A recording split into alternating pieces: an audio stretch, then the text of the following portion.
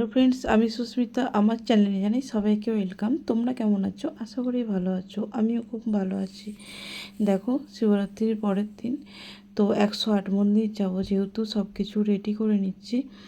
দেখো, মালা গেঁথে নিচ্ছি, ফুল, তারপর সব কিছু নিয়ে নিচ্ছি। আর জানো তো, প্রথম বছর যখন আমি 108 মন্দির গিয়েছিলাম, তো ওখানে যখন পুজোর ডালাটা কিনেছিলাম, তো কয়েকটা ফুল, আর যেহেতু অতগুলো শিব, মানে তোমার 70 টাকা নিয়েছিল তখন। তোমার আজ থেকে ধরো 4 বছর আগেকার কথা বলছি, 4-5 বছর আগেকার কথা বলছি। প্রথম গিয়েছিলাম আমার মা, জেঠুমা, বোনেদিনকে নিয়ে। তো ওই ডালা কিনে দেখছি ফুল তো আর নেই, শুধু বাবাকে জল আর গঙ্গা জল দিতে হচ্ছে। দিয়ে তারপরের বছর থেকে বাড়ি থেকে ফুল, বেলপাতা, সব পুজোর সরঞ্জাম কিনে নিয়ে যাই। ওখানে সেরকম কিছু কিনি না গো। দেখো, তোমাদের সঙ্গে কথা বলতে বলতে টোটোয় করে এসে নবাবহাটে নামলাম। আর নবাবহাট থেকে একটুখানি রাস্তা দেখেই দেখা যাচ্ছে 108 মন্দির। তো আমি প্রত্যেক বছরই আসি, আর সত্যি কথা বলতে কি, না আসতে পারলে আমার মনটা এত অস্থির লাগে, কি বলবো। আর এখানে দেখো, পুজোর সরঞ্জাম সব বিক্রি হচ্ছে। দেখো, এটা হচ্ছে ঢোকার পথ। আর এখানে তোমার বাইরে আছে বাবা মহাদেব আর মা পার্বতী, আর এখানে বাবা মহাদেব আছে।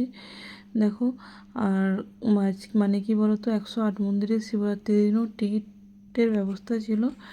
আমি প্রথমে টিকিট কেটে ভেতরে ঢুকে যাবার, এখানে দেখো একটা মাসি হয় তিলক পরিয়ে দিল। মাসি, দেখো আমায় কেমন লাগছে অবশ্যই কমেন্ট করে জানিও। আর সবাই পড়ে এখানে, যে যায় সবাই পড়ে। দেখো, টিকিট কেটে নিয়েছি, টিকিট কেটে এবার ভেতরে ঢুকবো। আর দেখো এত ভিড়, আর রবিবার দিন বিশেষ করে আরও ভিড় ছিল। মানে ঢোকায় যে, মানে কী বলো, ঢোকায় যাওয়াটা যাবার। দেখো, এই যে লাইনটা, প্রত্যেক বছর এই লাইনটা, মানে আমি সত্যি কথা বলতে গিয়ে এই লাইনে দাঁড়িয়ে 1 বছর দিয়েছিলাম। তার 1 বছর নেই, বছর 2-3 বছর ঠেলেছিলাম যখন ফাঁকা ছিল। তারপর ইদানিং এত ভিড় হচ্ছে, আমার ধৈর্য নেই যে মানে 108টা শিবের মাথায় জল ঢেলে এই একটা লাইনে দাঁড়িয়ে শিবের মাথায় জল ঢালা, সত্যি তারপর একদম ধৈর্যই থাকে না গো। আর এটা ব্রাহ্মণ ধরে পুজো, ব্রাহ্মণ থাকে, কেউ ব্রাহ্মণ ধরেও পুজো হয়, কেউ আবার জল ঢেলে চলে আসে। আর এটাতে না সোনার নন্দী ভিঙ্গি আছে, সিকিউরিটি গার্ড থাকে, পুলিশ তো অবভিয়াসলি আছে। তো এত ভিড় হয় কি বলবো। আর একদম ধৈর্য তো আমার থাকেই না। আমি এই কবছর ওই বাবার মাথায় জল ঢালি না, ওই মন্দিরটার ভেতরে এত লাইন দিয়ে সম্ভব হয় না গো। দেখো, আর এটা দেখো বাবার পুকুর।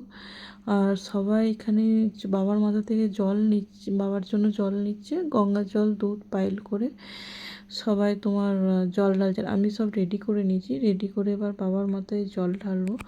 দেখো, জল ঢালা অর্ধেকটা হয়েছে, মা ফোন করছে, মায়ের খুব শরীরটা খারাপ, বললো এক্ষুনি আয়। আমি উঠতে পারিনি, কিচ্ছু করতে পারিনি। বললাম ঠিক আছে, আমার যা জল ঢালা প্রায় শেষের দিকে, তো আমি যাব, তোমার টেনশন করার কিছু নেই। জল ঢেলে এবার মায়ের কাছে আমি গেলাম। মায়ের এতটা পরিমাণে শরীরটা খারাপ,